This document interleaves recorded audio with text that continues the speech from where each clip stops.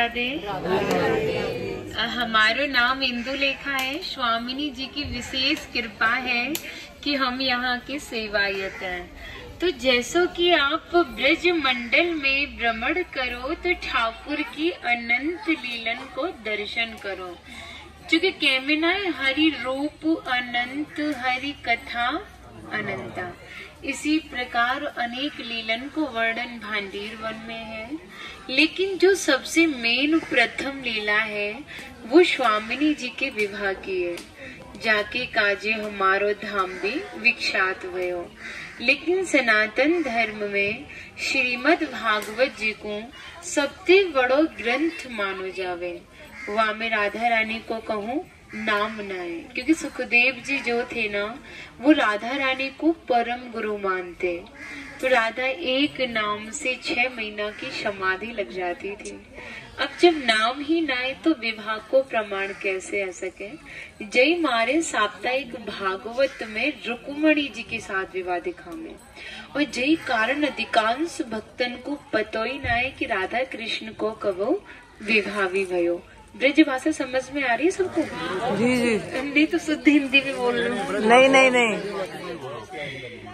लेकिन श्रीमद् भागवत जी को छोड़ के बहुत ग्रंथन ने लाडली जो के विवाह को प्रमाण दयो, जैसे गर्ग संहिता, स्कंद पुराण, ब्रह्म वैवर्त पुराण आदि वराह पुराण, अनेकों ग्रंथ। लेकिन जब भांडीर वट के नीचे आज आप बैठे हो, जहाँ को प्रमाण श्रीमद् भागवत जी में मिले, एक श्लोक आवे 10वें स्कंद के 18वें अध्याय में 22वां श्लोक कि ब्रहंतो बाहि मानस्य 4 यंत्रस्य गोदनम भांडीरकम नाम बटम जम्बू कृष्णा प्रोगम।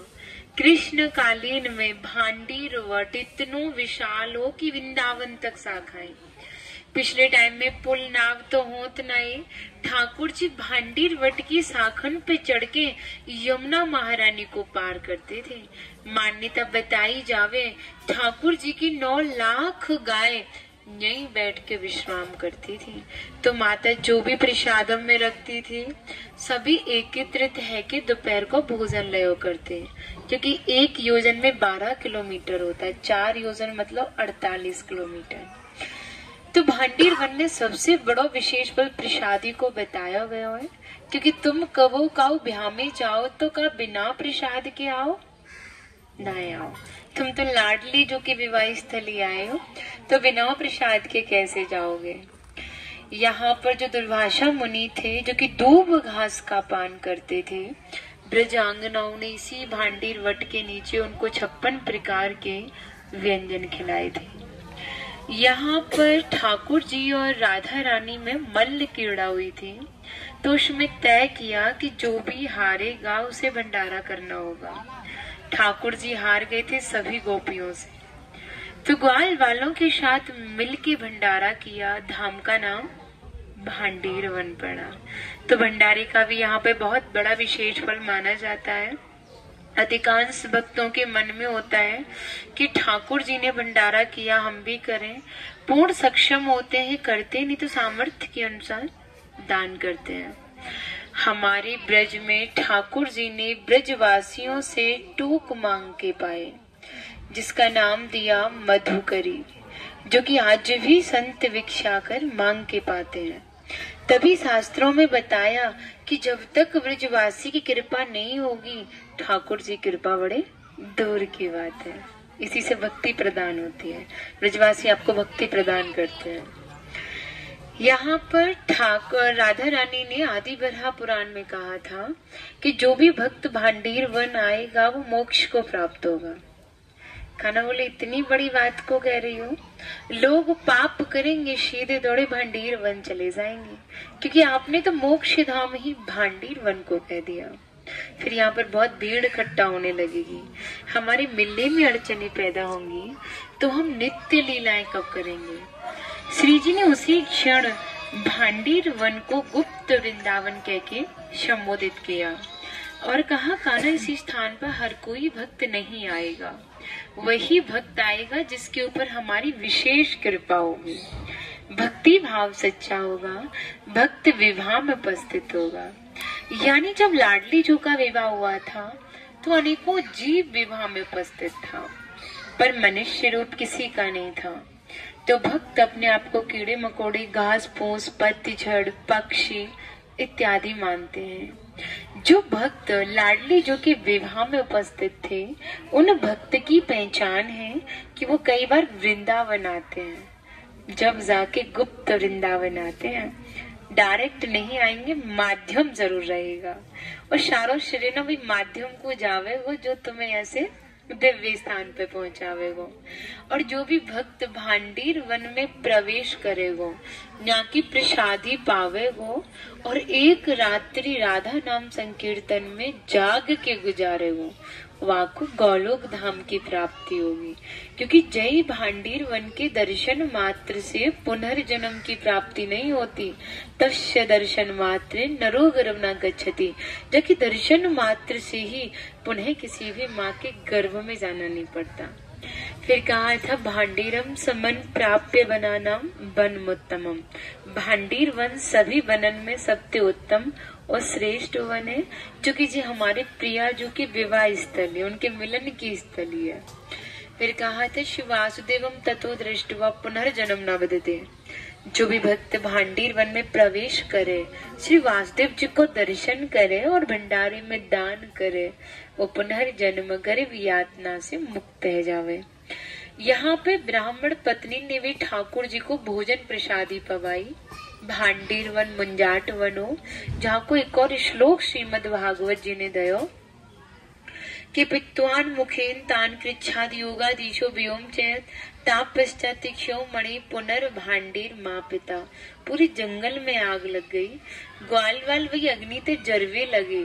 तो गाना बोलो ये जो भांडीर वट है, आप जाके नीचे आंख बंद करके लेट जाओ और जी महसूस करो कि शीतल ठंडी हवाएं चल रही हैं।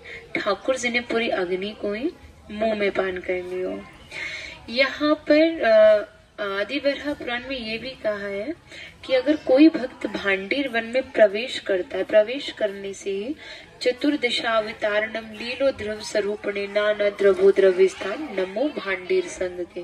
भगवान विष्णु के 14 अवतारों की लीलाओं के दर्शन का फल प्राप्त होता है। बगल में ही एक कुआं है, बड़ा अद्भुत कूप है। आज भी कूप का जल दूध में बदलता है, क्योंकि बाकी मान्यता में 4 युक्ति बताई गई है। जाको भी एक श्लोक है कि चतुर्दशावतारणम जन्मोन्योत्सव वर्धने दुग्धो मानमयुधभूत मत्स्य कोप नमोस्तुते। भगवान विष्णु के 14 अवतार में तो जो प्रथम अवतार हो ना, वो मत्स्य अवतार हो। तो जो सत्यव्रत नामक राजा है ना, उन्होंने मछली रूपी बने भगवान विष्णु को 4 पहर का जो भांडीर कूप में रखो। वो आदिन तिथि अमावस्या थी, 12 सोमवार। और हमारे श्री हरि वैकुंठ में वास करे क्षीर सागर में, तो वो आए, उनके कारण कूप को जो जलो वो दूध में बदल गयो, दुग्धो मानमयो दूध में बदल गया था। इसी कारण आज भी सोमवती अमावस्या को बदलता है। सोमवार को जो अमावस्या पड़ती है उसी को सोमवती अमावस्या बोलते हैं। त्रेता युग राम जी के अवतार में यही कुआं यक्ष कूप के नाम से जानो गयो। अब द्वापर युग में जो कुआं छिप गयो, ठाकुर ने लीला को रचित करो। कंस को वेजो भयो दूत वत्सासुर राक्षस, जो कि गायन को वेश धारण करके बछड़न में छिप के आए गयो। ठाकुर ने वहां को उद्धार करो तो उन्हें गौ हत्या को श्राप लगो। वाही शुद्धिकरण करवे को जी कुआ बंसी से उजागर करो और 33 कोटि देवी देवतन को आवाहन करो। सबन ने अपने जल छोड़ो, कान्हा ने स्नान करके शुद्धिकरण करी और पवित्र भये। यहाँ तक ऐसी मान्यता शुरू हुई कि जिन माता बहनन पे बच्चा ना हो या जिनके पास सिर्फ बेटियां हैं या जो भी भक्त रोग से ग्रस्त है, वो भक्त माताएं बहने सोमवती अमावस्या को आवे और अपनी स्नान करके मनो इच्छा को फल प्राप्त करें। मनोर्थ वर्ते तीर्थ है, सभी मनोरथों को पूर्ण करने वाला तीर्थ। ऐसे भांडी जलाल हाबे नमो गोप, जलाल हृदय तीर्थ राज नमोस्तुते।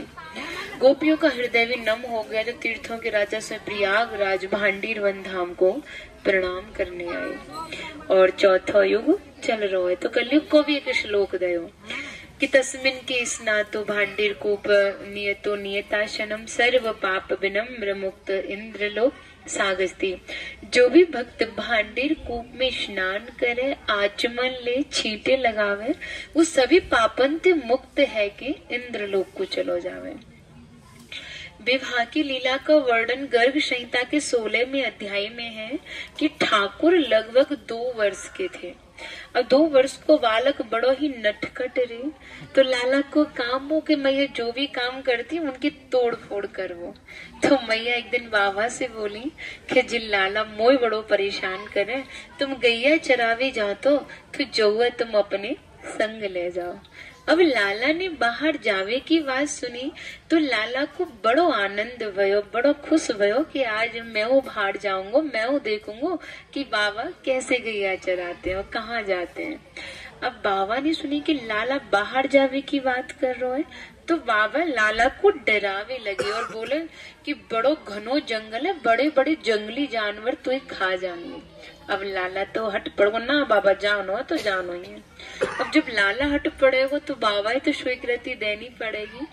जैसे ही बाबा लाला को लेके भांडीर वन आए और भांडीर वन की सीमा में प्रवेश करो, मौसम बहुत बढ़िया हो, लेकिन लाला की प्रवेश के कारण पूरा मौसम बदल गया, क्योंकि भगवान श्री कृष्ण की बहन योग माया ही ना, तो उनके कारण ही मौसम बदल गया।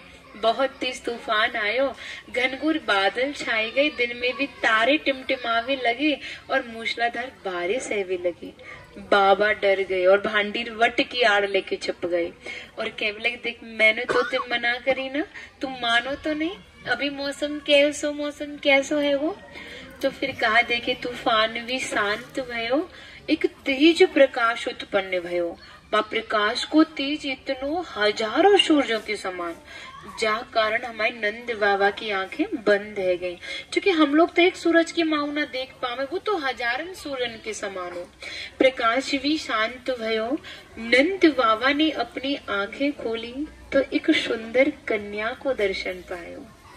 तो बाबा बड़े ही आश्चर्यचकित हुए कि अभी तो तूफान हो, लाली तू कौन है, कहाँ ते आई है, अपनो पूर्ण परिचय दे। लाडली जी ने अपनो नाम बन सखी बतायो और बोली, बाबा तुम्हें भयभीत देखते हुए तुम्हारे पास आई हूँ। फिर श्री जी की निगाह बाबा पे लग रही, गोदी में लाला पे गई और बोली, बाबा तुम्हारा लाला तो बड़ा ही सुंदर है, चाहे तुम वो गोदी में दो। बाबा बोले, देख लाली, ऐसे तो लाला को ना दूंगा, पहले तू अपना पूर्ण और सही परिचय दे देगी, जब वही तो लाला को दूंगा। क्योंकि मैं तो ना बहुत दिनात गैया चरावे आ रहा हूँ, पर मैंने तो आज तक ना देखी, और तू इतनी छोटी सी, जब मौसम को देख के भयभीत ना भई, जो मैं इतनो बड़ो जब मौसम को देख के भयभीत है वो। क्योंकि बाबा डरते थे, क्योंकि जो कंस था ना, वो लाला को मारने के लिए किसी न किसी दैत्य को भेज ही देता था। तो बाबा को लगी पता न कंस की कौन सी नई लीला हो। तो जब इतना आग्रह हमारी श्री जी ने नंद बाबा को सुनो, तो नंद बाबा को दिव्य रूप को दर्शन दो। जैसे ही नंद बाबा ने श्री जी के दिव्य रूप के दर्शन पाए, उन्हें नतमस्तक प्रणाम करो। फिर उन्हें स्मरण भयो, ठाकुर के कुलगुरु वसुदेव जी के कुलगुरु थे गर्गाचार्य जी, लेकिन नंद बाबा के कुलगुरु थे सांडल्य मुनि। नामकरण करने के लिए गर्गाचार्य जी ही नंद भवन आए थे और नंद बाबा को बताया कि ये कोई नॉर्मल बालक नहीं है, ये तो पूरा साक्षात पार ब्रह्म तुम्हारे घर में जन्मो है। और जाको विवाह आराध्य शक्ति, पूरे ब्रह्मांड की जो आराध्य शक्ति है ना, स्वामी श्रीमती राधा रानी के संग भांडीर वन में होना है। तो नंद बाबा ने पूछी कि ये शुभ कार्य गुरुदेव आप पूर्ण कराओगे? तो गुरुवर बोले कि इतना हम में सामर्थ्य न है कि जो हम आराध्य शक्ति को विवाह संपन्न करा सके। वहां को विवाह तो सृष्टि की रचिता स्वयं ब्रह्मा जी कराएंगे। तो जब उन्हें इस बात को स्मरण भयो, तो नंद बाबा ने श्री जी ने 16 वर्ष का रूप लियो और नंद बाबा ने श्री जी की गोदी में लाला को सौंपा और कही कि जो तुम्हारो मनोरथ है ना, वह पूर्ण करके हमारे लाला हमें घर पहुंचा दियो। क्योंकि जो तूफान आयो ना, जाते हमारी 9 लाख गाय इधर उधर रह गई हैं, उन्हें हम ढूंढ के लाते हैं। तो इतना कह के नंद बाबा आगे प्रस्थान करते हैं। तो हमारी स्वामिनी जी ने ही ठाकुर को किशोर रूप धारण करवायो। दोनों ही किशोर अवस्था में आए और भांडीर वट के नीचे बैठ के प्रिया प्रीतम जी श्रृंगार करने लगे। प्रिया जी प्रीतम जी को और प्रीतम जी प्रिया जी को। ब्रह्मा जी ने इतना सुंदर दिव्य नजारा जब भूलोक पर देखो तो उनको बहुत श्राप लगे भाई, जा कारण उनको ब्रज मंडल में कहीं भी कोई स्थान नहीं था। तो उन्होंने सोचा जुगल सरकार को मिलन है, क्यों न इन दोनों को विवाह संपन्न करा दियो जाए, तो मोई पापन से मुक्ति मिलेगी और शायद ब्रज में स्थान मिल जाए। यही सोचकर हमारे ब्रह्मा जी ने यहाँ पे विवाह संपन्न कराए हुए। हमारे हिंदू धर्म में एक रिवाज होती है कि जब तक एक पिता अपने बेटे के पीले हाथ ना कर लेगो, कन्या को दान ना करेगो, तब तक विवाह संपन्न ना होगा और बेटी पराई ना मानी जाएगी। तो ब्रह्मा जी ने ही पिता पुरोहित दोनों ही कार्य निभाए। हमारे एक और रिवाज हुए कि पुरोहित कोई शुभ कार्य मांगलिक कार्य कर रहे हुए भाई तुम दान दक्षिणा ना दे दो तो शुभ कार्य भी सफल ना मानो जावे। ठाकुर जी ने ब्रह्मा जी से कही आपको क्या चाहिए मांगो। तो ब्रह्मा जी ने कही नारायण मुझे आपकी चरण धूल और भक्ति चाहिए। तो ठाकुर ने तथास्तु बोले। ब्रह्मा जी ने उनके चरणों में से धूल ले जाकर जो पुष्कर राजस्थान उनका मेन मंदिर है वहां पे भक्ति की। फिर ठाकुर जी और लाडली जी ने वन विहार किया, फिर अपने उसी रूप में आए। फिर लाडली जी ने ठाकुर को नंद भवन पहुंचा दिया। तो सबन को राधे राधे राधे राधे। सबको समझ में आया? बहुत अच्छे से समझाया और बहुत सारी गूढ़ बातें समझाई, बहुत आनंद आया। एक बात बता दूं आप लोगों को, आप लोग मेरे को तो जानते हो तांत्रिक से लेके सखी भाव तक।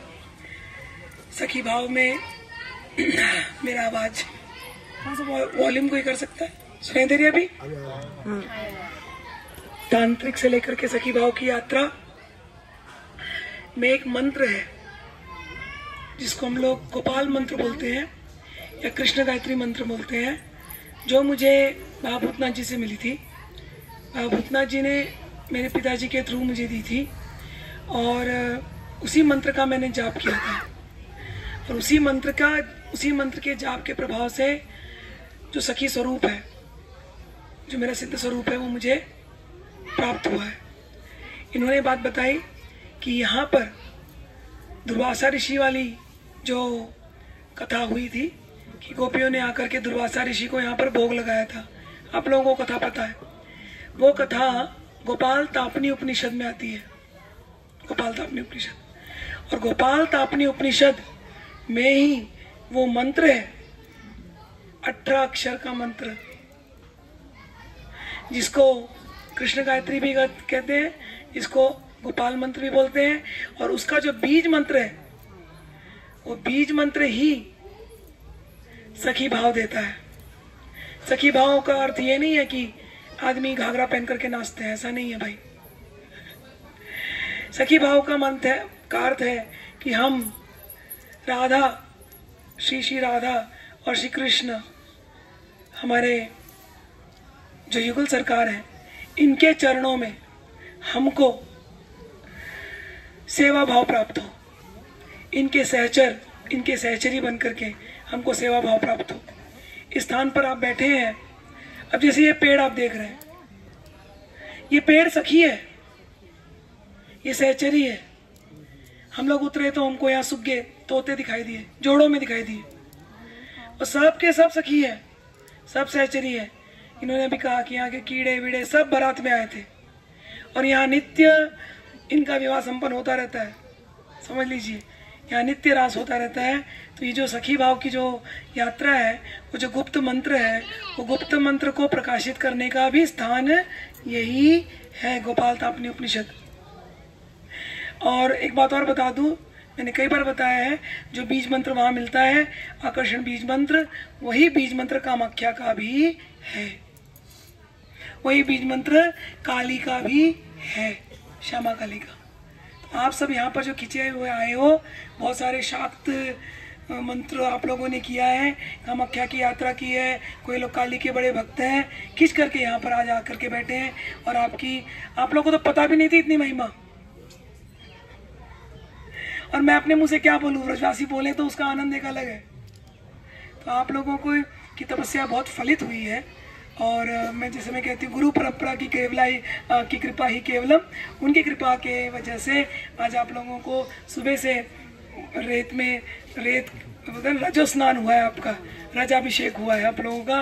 फिर वो होने के बाद आप लोग इधर ब्रह्मांड घाट गए, वहाँ पर आपने यमुना जी के दर्शन किए, फिर आपने चिंताहरण महादेव का दर्शन किया, उसके सामने ही योग माया की मंदिर है, आप लोगों ने योग माया का दर्शन किया होगा। उन सब की कृपा खींच करके अब आप इस विवाह समारोह में यहाँ पर शामिल हुए हैं। तो बोलिए प्रेम से राधे राधे।